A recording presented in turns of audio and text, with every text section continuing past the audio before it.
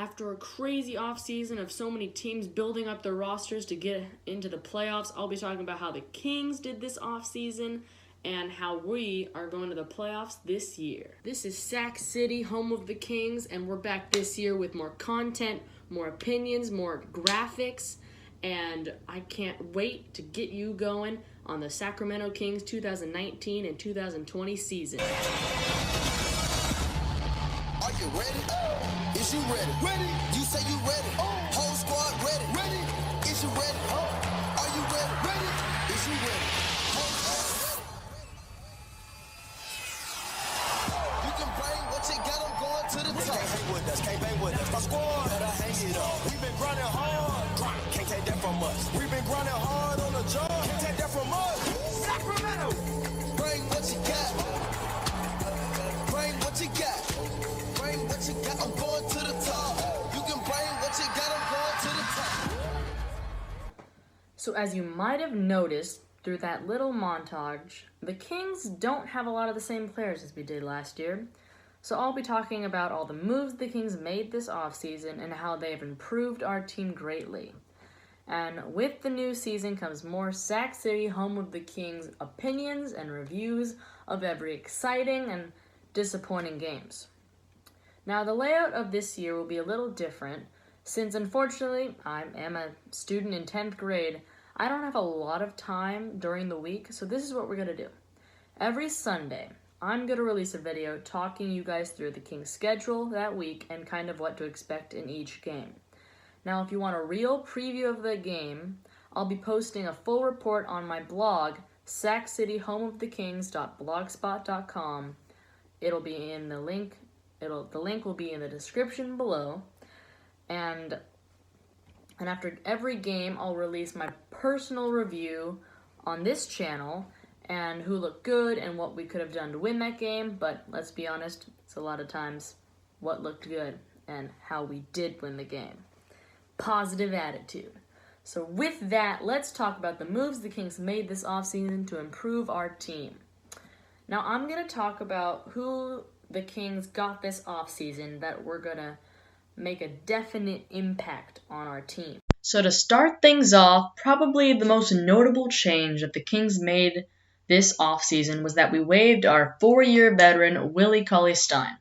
Now, I know that I had stated last year that I didn't really like Willie, but in my defense, I just knew that there was a better, cheaper center out there that would fit our team.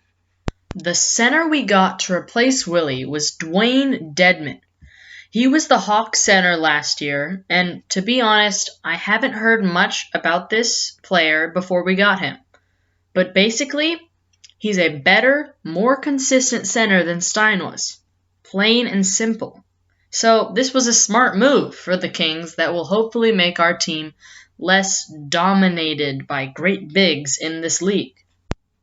Another good thing that the Kings did this offseason is that they re-signed Harrison Barnes. I think this was a solid decision because Barnes is going to be a consistent, steady, small forward and a veteran experience that will complete our starting lineup. The Kings also signed a veteran small forward, Trevor Ariza. This will be Ariza's 16th season in the NBA. Last year, he averaged 14 points, 5.5 rebounds, 4 assists, over a steal, and a block. These stats will most likely drop this year since he won't be starting for us, but this is still a really good backup for Harrison Barnes. He's also a really solid defender, so I think this move will really help out our team. Now, I already talked about Dwayne Dedmon a little bit before, but I still have some more stuff to share.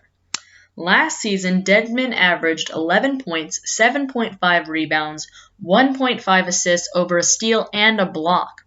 But the main thing that people are excited to see in Dedmon is his three-point shooting. Last year, he shot 38% from beyond the arc. As a center with this tool, he will be able to help the Kings space out the floor, which will make it easier for Fox to drive to the basket. So this was a great pickup for the Kings. Last year, the Kings really struggled with a consistent backup point guard. We did have Yogi Ferrell as a main point guard, but he didn't really compete as well as we would have hoped. So during the offseason, we picked up Corey Joseph from the Pacers to see how he would fit in our lineup. But if Joseph doesn't really work out like we had hoped he would, we will still have Yogi to fall back on. But hopefully, that won't happen. Last year, Corey Joseph, he averaged about 25 minutes with 7 points, 3.5 rebounds, 4 assists, and over a steal. And I hear he's an excellent defender. Now, these are not fantastic stats, but I'm really excited to see how a different point guard is going to affect our bench. One of the disappointing moves that the Kings made this offseason is the waiving of Frank Mason. Now, if you've seen the Kings in the past couple of years, you would recognize this Frank Mason. And you've probably noticed that he didn't play a whole lot last year. But I always liked Frank.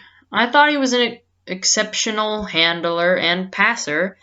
The only thing he lacked was consistency on the offensive end, and to be honest, he was shorter than the other players. I'm sad to see Frank leave our team, and I hope the Bucks give him a chance to play, and I just wish him all the best, and I'm sad that it never really worked out.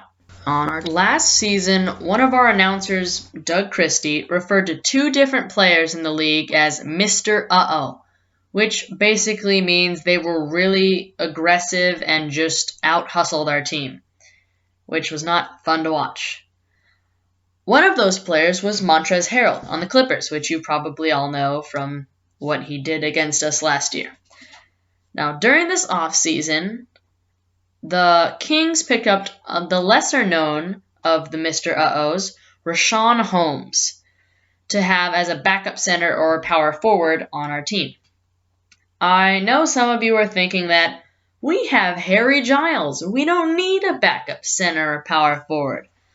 But like we did with Corey Joseph, Holmes will be a great backup to Harry Giles this year. Or more likely, Harry will have to compete with Holmes for our backup big. Which is really the interesting thing about our team, is I really don't know how Luke Walton's going to do this. We have 2 good bigs, backup bigs, and they're very different, and we're just going to see who can compete to the highest level. Now, all of the Kings have been putting in a lot of useful hours in the gym this summer. Plus, some of our players decided to compete in the FIBA Basketball World Cup. De'Aaron Fox, Marvin Bagley, and Harrison Barnes were all invited to compete for USA and their practice team. Now, it's not just them. We also had Bogdan Bogdanovic and Nemanja Bjelica go over to the World Cup and compete for their country, Serbia. We also had Corey Joseph out there who competed for Canada. So we had a lot of Kings representation in the World Cup. Unfortunately, Bagley dropped out of the team, which was probably a wise decision. No one really expected Marvin to make the official team that went to China. So he decided to get the valuable hours of playing with a great NBA talent and move back to Sacramento to get back into our play style. And what I heard from his performance in Vegas and LA and where the training camps were is he looked very good. So I'm very excited to see what Bagley can bring to our team. Unlike Bagley, Fox was most likely going to make the official team and head to China. But he decided to drop out before the team went to Australia for a scrimmage. He claimed, he didn't claim anything. He won't tell anyone why he made this decision. So I'm a little interested in why, but I'm sure he had a great reason for it. And, he's going to be the leader of our team. And we got a lot of new teammates this offseason. So I think it's a good idea for him to have more time to get used to how our new players play and how they think and how successful they can work together. Now, at least we have one king on the national team. Harrison Barnes decided to stick with it and go to China to compete. During the course of the World Cup, Barnes played 7 games and averaged 26 minutes, 12 points, 1.5 steals, 1.5 assists, and 4.5 rebounds. He was shooting an impressive 91% from the free throw line and was shooting 60% from twos. The only disappointing thing that I noticed out of Barnes was that he was only shooting 35% from 3. A reason for this might be the distance of the three-pointer in international games is different than the NBA, so he's not that used to it. But 35 is a respectable number for a small forward who isn't known for his three-point shooting. But the real exciting part of the World Cup for the Kings was that 2 players that felt kind of underwhelming last year put on a show for their country. Bogdan Bogdanovic and Nemanja Bjelica performed extremely well for Serbia. Belly played 6 games in the World Cup, and in those games he averaged 24 minutes, 12 points, 5 rebounds, 3 assists, a steal, and a block. Kind of similar to his stats last year for the Kings. But the super exciting stat that we saw out of him was his three-point shot. Last year, he was a decent three-point shooter, but he kind of became very inconsistent by the end of the season. But during the World Cup, he averaged 43% from beyond the arc, so hopefully he can maintain that percentage into this season. Last season, Bogey disappointed a lot of us with how inconsistent he was, but he really looked like one of the best players in this World Cup. Over 7 games, he averaged 27 minutes, 22 points, 4 rebounds, 4 assists, and a steal. Another really exciting thing that we saw out of Bogey during the World Cup was his shooting percentage. He was shooting 52% from 3. That's right. You heard me right. 52%. And was 55% from the floor. And this is a shooting guard who's been shooting a lot. So Bogey is looking ready to break out this season for the Kings. And Belly looks like he's worked on his consistency over the offseason, which will be a very good asset coming off the bench this year. Both these players grew up playing international basketball, so it was fun to see them in their natural element and play style. I think one of the reasons the Kings have never seen this scoring machine out of Bogey is because he hasn't really played his true position. Everyone wanted Bogey to start last year, so the coach wanted to put him as small forward. But Bogey is not a small forward. He's a shooting guard. The problem is that the Kings already have a top 10 shooting guard in Buddy Hield. So this is why I think it'll work a lot better if Bogey comes off the bench as our shooting guard. Not point guard, not small forward, shooting guard. Then we'll have 2 capable starting shooting guards on our court at all times. How good does that sound? Now let's talk about what our lineup will most likely look like this year. Before I say anything, just remember, I'm not a coach on the Kings, so what I say is purely based off my opinions and stats. So let's talk about the no-brainer starters who are De'Aaron Fox and Buddy Hield. Thanks to these 2 players, more and more people are starting to talk about the play style of the Kings and how our future looks so bright. So because of their humongous growth last year, I can see no reason why these stars shouldn't start. For small forward, I'm 90% sure that Harrison Barnes will be starting for us again. There is a slight chance that our new coach, Luke Walton, would want to start Trevor Ariza, but it's more likely that Barnes will be starting for us.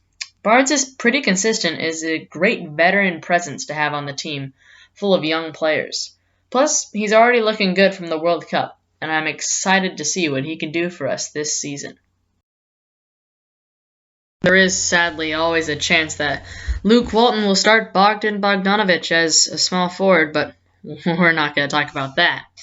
Last year, our starting power forward was Nemanja Bjelica, and was okay for us. His biggest flaw was inconsistency, but when he was playing well, he could make some very good plays. Now, the interesting thing about this season is that people think that it's time for Marvin Bagley to start.